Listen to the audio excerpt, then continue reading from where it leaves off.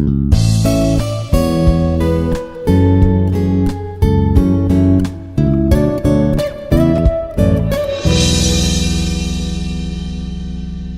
morning. I am Prasannanjaneya Reddy, working as Assistant Professor in the Department of ECE, Institute of Aeronautical Engineering College, Dundigal, Hyderabad. In this session, we are going to discuss about what are the challenges while designing the embedded system. For this, you can refer the textbook is Introduction to Embedded System by Shibu KV, or you can refer some online information, some real-time case studies, which may give the best information. So, the design of embedded system requiring careful balancing between performance, cost, and energy consumption. Actually, as the technology increases day by day, so a new product came into the market every day. So before going to design the product, we need to check. So our design, how much time it will take, and whenever you want to release the design, that is for the design we are getting a reasonable margin or not. Suppose in the previous days we are using 2G, later 3G, next 4G, next 5G, in the coming days 6G will come. Suppose at this current time, if you start designing of 6G, so suppose if it takes 2 years time for designing the 6G product, after releasing the 6G product, after 2 years, they may release 7G at the time. We don't know.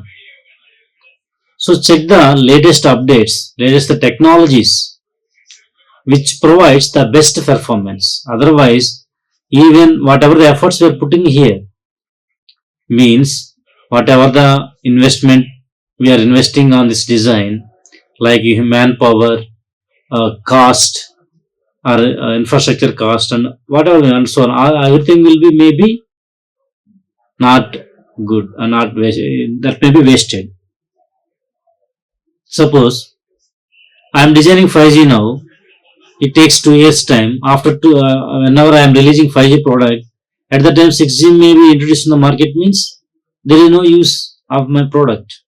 So no one will prefer to buy that product. So before going to design the product, we must clear about what are the trends will be there whenever I want to release the product in the market. According to that, I need to design. At the same time, I need to design the product as low cost with medium performance and medium cost with maximum performance. And at the same time, design the right product and release the product in the right time.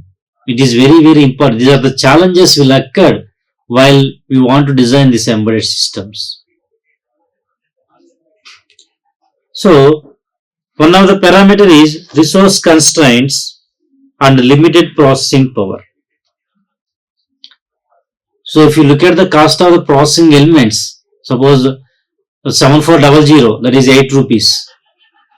8086 microprocessor, maybe 70 rupees. 8051, maybe 80 rupees.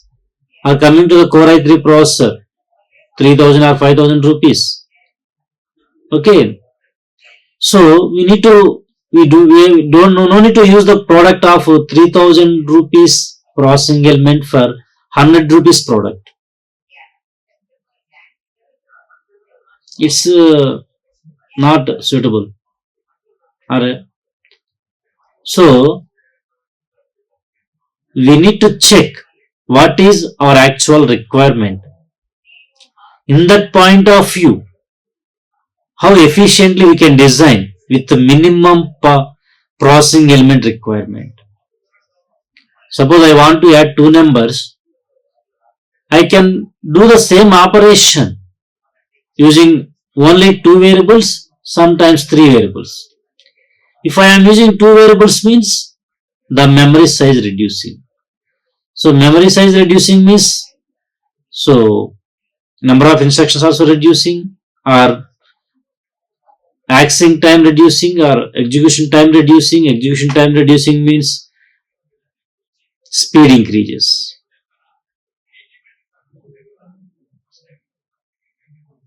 Okay. So as possible, we need to use the required processing element, either 8051 or Core i3 or Core i5, based on the requirement. The product cost is 100 rupees. If you are purchasing Core i3 means no use. No one will prefer. So that is the point here. So embedded systems often have processors with much lower power computing power compared to the general purpose processor. Okay. In the general purpose processor, we can use maximum performance. So we can use high-end processing element like Core i5, Core i7, Core i9. But in case of embedded system, requirement point of view only, we can use the processing element. ATM cards, some application specific integrated circuits. Washing machine, application specific integrated circuits.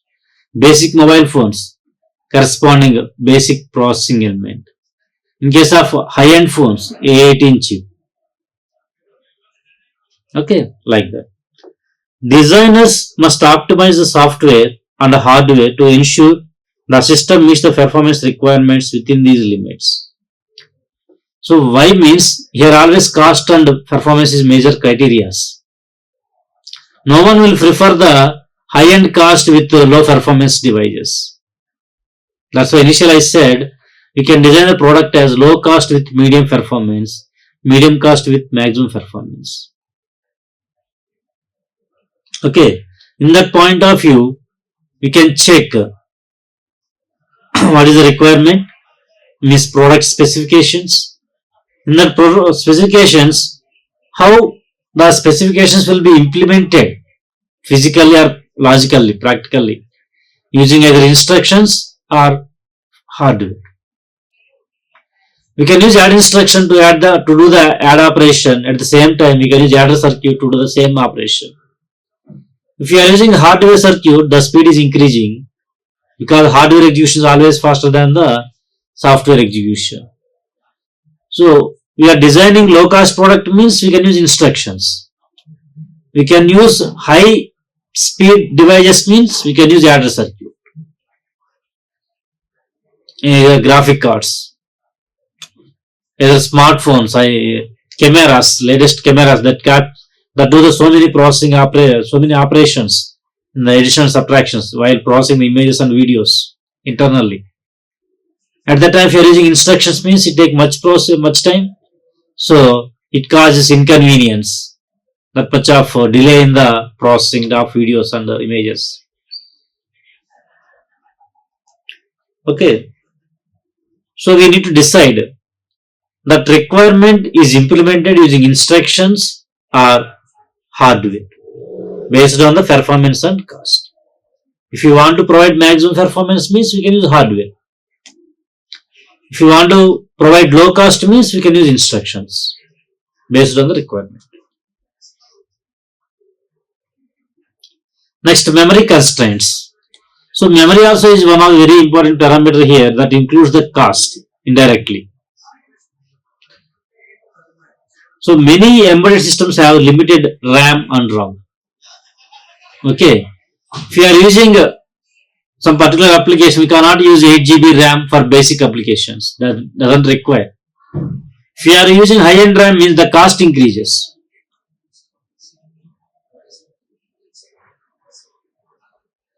So, in the requirement point of view, only you can use the RAM and the ROM. If you are using more than that one, means the cost may be increases. The design must prioritize memory efficient algorithms, data storage techniques, and the compact code size. As possible, with minimal instructions, we can do the operations. That indicating number of instructions reducing means execution time reducing. Execution time reducing means speed increases. That's the point, meaning here. Next, energy efficiency. All embedded systems are most of them battery operated devices. If they consume more power means the battery is degrading very fastly. Every time we need to keep charging continuously. It is somewhat inconvenience. While traveling, suppose continuously we are putting charging means that facility may not be available. Okay. So as possible, at the same time, if the power consumption is more means heat dissipation increases. Heat dissipation increases means the product's life may be changes because of heat dissipation. So the lifetime will be reducing here. That's why we can use low power consumable devices to do the same operation. Because of this, the battery backup increases, at the same time heat dissipation reduces. No need to purchase additional cooling devices. Suppose in computer labs we need to require AC to compensate that heat dissipation. Otherwise, in server rooms also. Otherwise, the components may damage, server may be down, and the work will be stopped.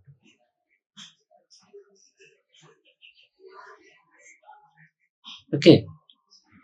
So many embedded systems, especially those used in the portable or battery operated devices, must operated within strict power consumption limits.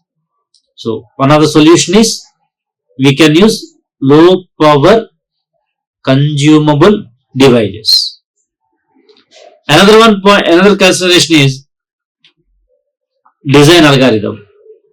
We can disconnect the unused components. We can disconnect the power supply to the unused components. Automatically, the power consumption will be reducing. Okay, that's the one. Designing systems that balance energy efficiency with performance is a major challenge. So we can efficiently utilize the power. That's the main point.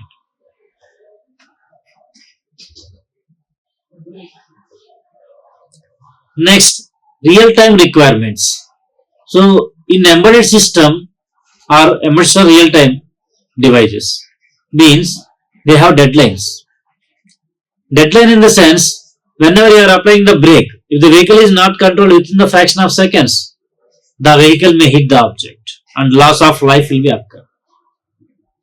Example, in the leakage of nuclear plant that leads to damage the entire city in Japan, Hiroshima and Nagasaki.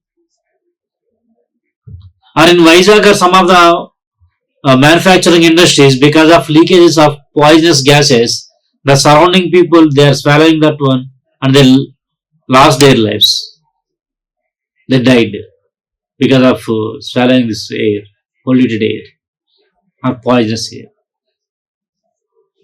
So within the fraction of seconds, if we are not controlling the leakage of the pollution gases or leakage in the nuclear plant or controlling the vehicles, anything that leads to loss of life.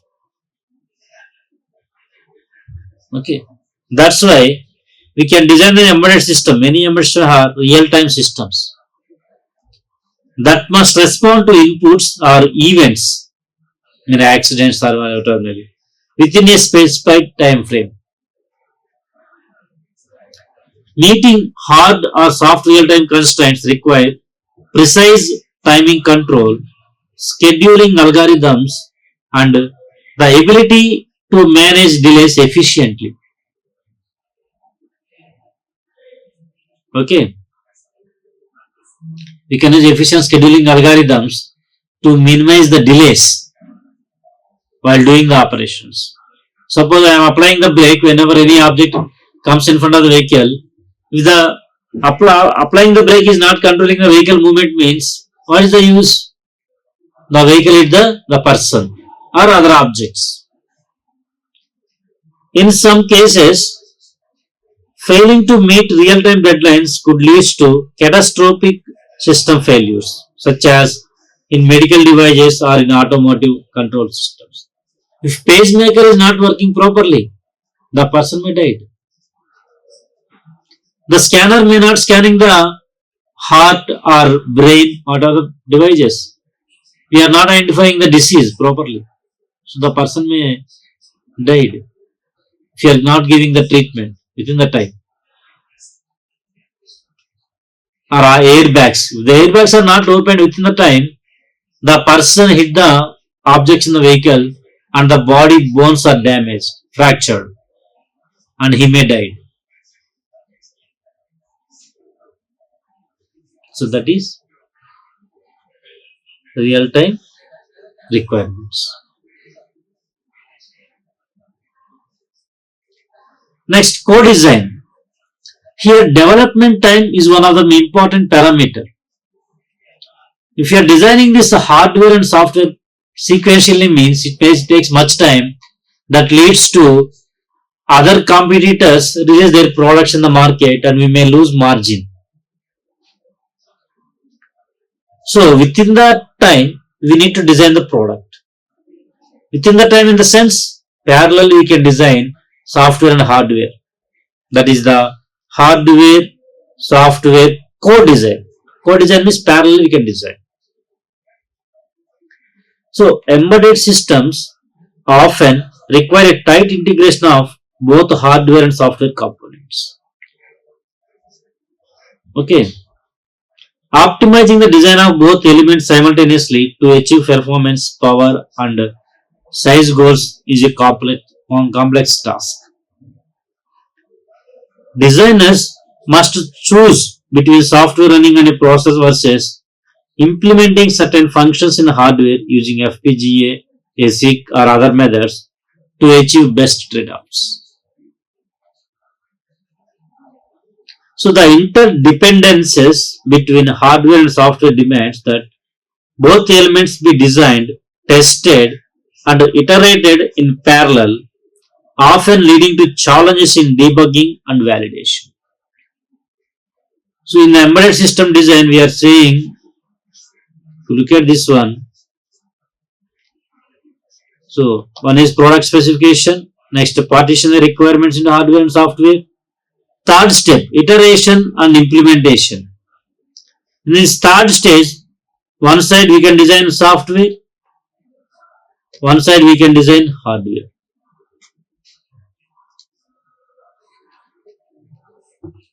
So at the parallelly, we can design the software as well as hardware. That leads to reducing the development time. So while designing this hardware and software parallelly, both designers should be interact and clear the difficulties and issues as early as possible.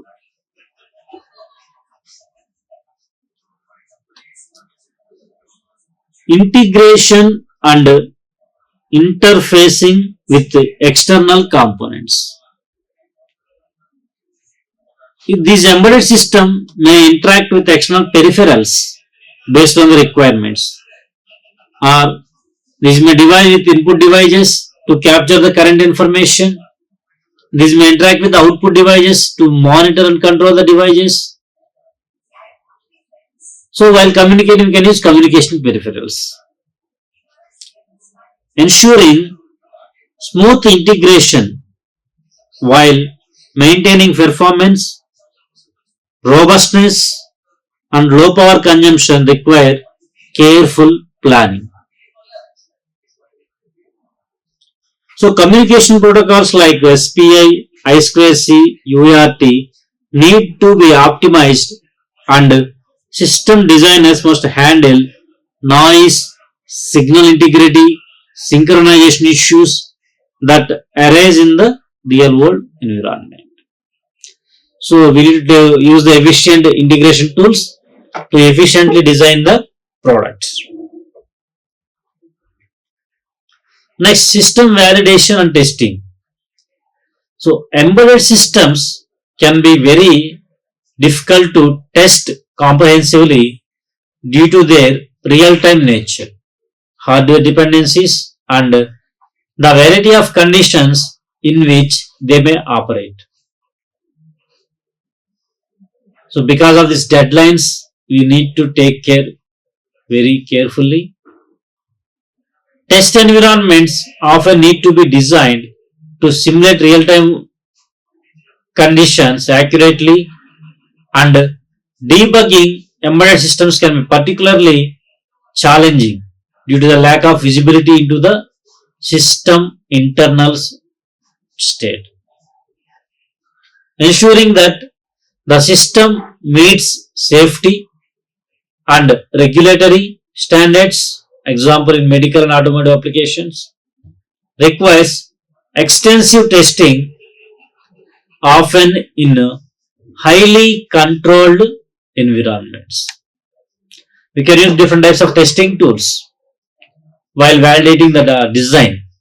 Example, if you want to check the data is transmitting properly or not on the CAN bus, we need to use CAN OE IDE2. Okay, CAN OE. Here we can check the data is transmitting properly in between the embedded systems using CAN bus. Within that time, within the number of frames, with the desired speed, and with is there any delay, is there any information loss, everything will be verified in this IDE tool by writing different test conditions, test cases. Security and safety.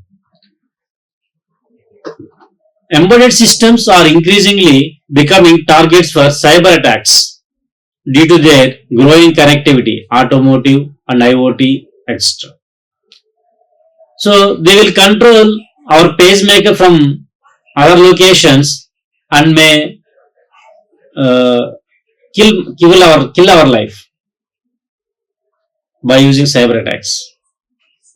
Whatever the medical devices which are included in our body, if they are controlling externally, means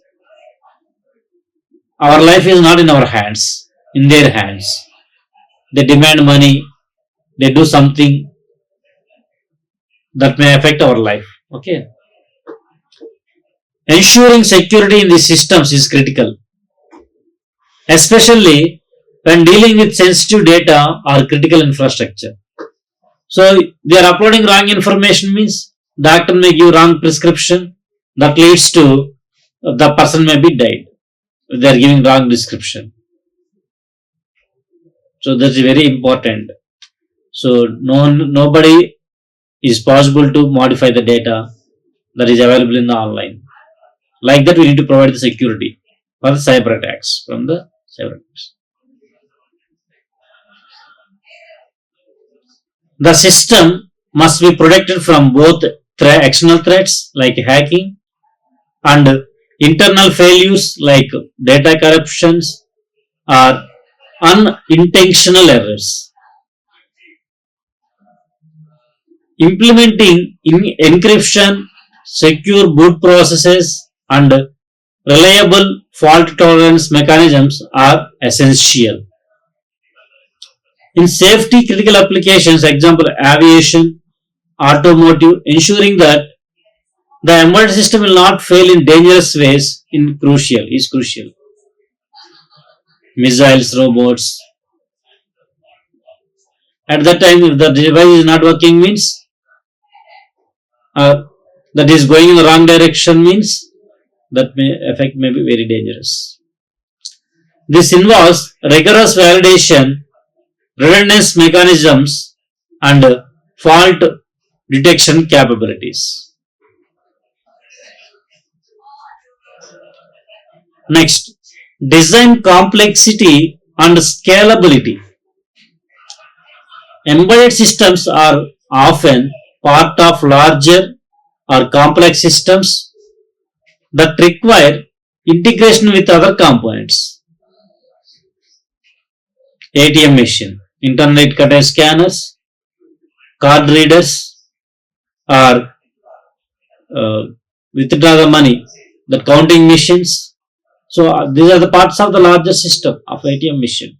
Scanners, card readers, or counting devices, and dispatching unit, or printing devices are the part of the ATM, like that.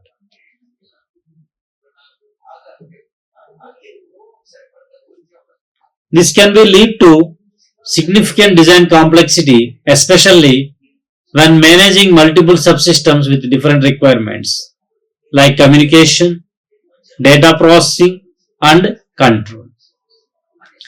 As the system evolves, it must be scalable to accommodate future needs. Means the capacity needs to be increased. Suppose in ATM previously we can take 10,000 rupees. Nowadays we can take 40,000 rupees like that. We need to increase the capacity, such as adding more sensors, processing units, or communication features. Planning for scalability without increasing system complexity too much is a difficult challenge. Nowadays, our mobile handset may be support 5G. In coming days, if the 6G will be coming, 6G or 7G or whatever may be, our handset is it support the technology? Is it capture that much of quality? By adding some more components, is it possible to provide that much of service? That is the thing we are considering here. Upgrading is possible. Cost constraints.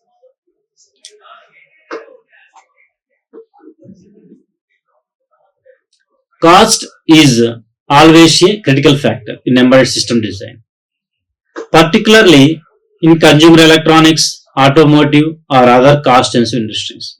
So, whenever we are going to the shop, we want to buy the mobile phone. We are looking for reasonable cost mobile phone only. Instead of we are not investing lakhs of rupees on the mobile phones. We are not preferring. This means designers must choose components carefully, balancing cost against performance, reliability, and features. Additionally, as embedded systems are often produced in larger volumes, small changes in cost per unit can have a significant impact on the overall product economics. Next, software development challenges. Embedded software is typically written in the lower level languages such as assembly level language to maximize efficiency. The software requires careful attention to detail to manage memory, processing power, and timing constraints. Debugging embedded system is more challenging than traditional software development because of the limited availability of debugging tools and the interaction with hardware. Real-time operating systems are commonly used in embedded systems to manage tasks and resources, but integrating and configuring an RTOS to meet specific requirements without introducing unnecessary overhead is a complex task. If any highest priority task will coming means that needs to be executed. If it is not executing means that may cause loss of something. So while we are in the car while traveling, suddenly any accident occurs, airbags needs to be opened. Vehicle wheel lock will be controlled within the fraction of a second automatically. If they are not working fine means, if delay occur in the working of these means, that may cause loss of life. So we can efficiently design the software to reduce the latency while doing the highest priority tasks. Next, communication and network integration. Many modern embedded systems need to communicate with other devices, often over the networks like IoT devices. This requires dealing with networking protocols, ensuring low latency and handling potential data loss or errors. While the data is transmitting from one device to another device, if the buffer size is full means that information will be discarded. Again, that needs to be retransmitted. So that is occurring or not. If it is not retransmitting the lost data means the other device may get the loss of information. So due to that one, that may lose some effect. So designing communication protocols for low power, low bandwidth and reliable transmission is a significant challenge, especially in wireless communication systems like Zigbee, Bluetooth, low energy devices. Nowadays we are using Bluetooth headsets, Bluetooth operated devices. So maintaining long-term reliability and support. After launching the product, if they are not providing service to that product means, so if any error occurred, that product needs to be leave. Means that is not serviced. So we are losing that amount, whatever the amount we are investing on that one. So next time the customer is not preferring our product if they are not providing the service. If the product getting frequent failures means that is also one of the problem. So customers will give negative feedback or not preferring to buy the products. If they are not buying means we are losing our margin. That is the problem. So embedded systems are often deployed in the field of extended periods. Example, industrial machines, medical devices. So we need to check the time duration. In that time, what are the updates are there? So our product meet that updates. Okay. So maintenances and support for the difficult issues. This requires robust design practices to ensure the system remains functional over long times. Even in the face of hardware aging, software bugs, or changing environment conditions. Even the product lifetime is increased or exceeded. If you are efficiently designing means or servicing, replacing the product, if any product part of the product is failed or that lifetime change over, at that time you need to provide spare parts to replace that one. Or if any issue errors occurred in the software, we need to rectify that issues. Otherwise, customers are not preferring automatically. We are losing our margin. Moreover, ensuring compatibility with future hardware and software updates, including security patches, is a crucial for system longevity. Final conclusion that designing embedded systems is a balancing act that involves many trade-offs, requiring expertise in wide range of domains, including hardware design, software development, real-time systems, power management, security, and system integration. The challenges are compounded by the need to meet stringent performance, cost, and reliability requirements, often with little room for error. Effective embedded system design requires a deep understanding of both the application requirements and the constraints of the hardware and software components involved. So we need to get subject experts efficiently utilizing the hardware and software. Then only within that time we can design the product and get the maximum margin. Thank you. Like, share and subscribe. Hit the bell icon for more updates.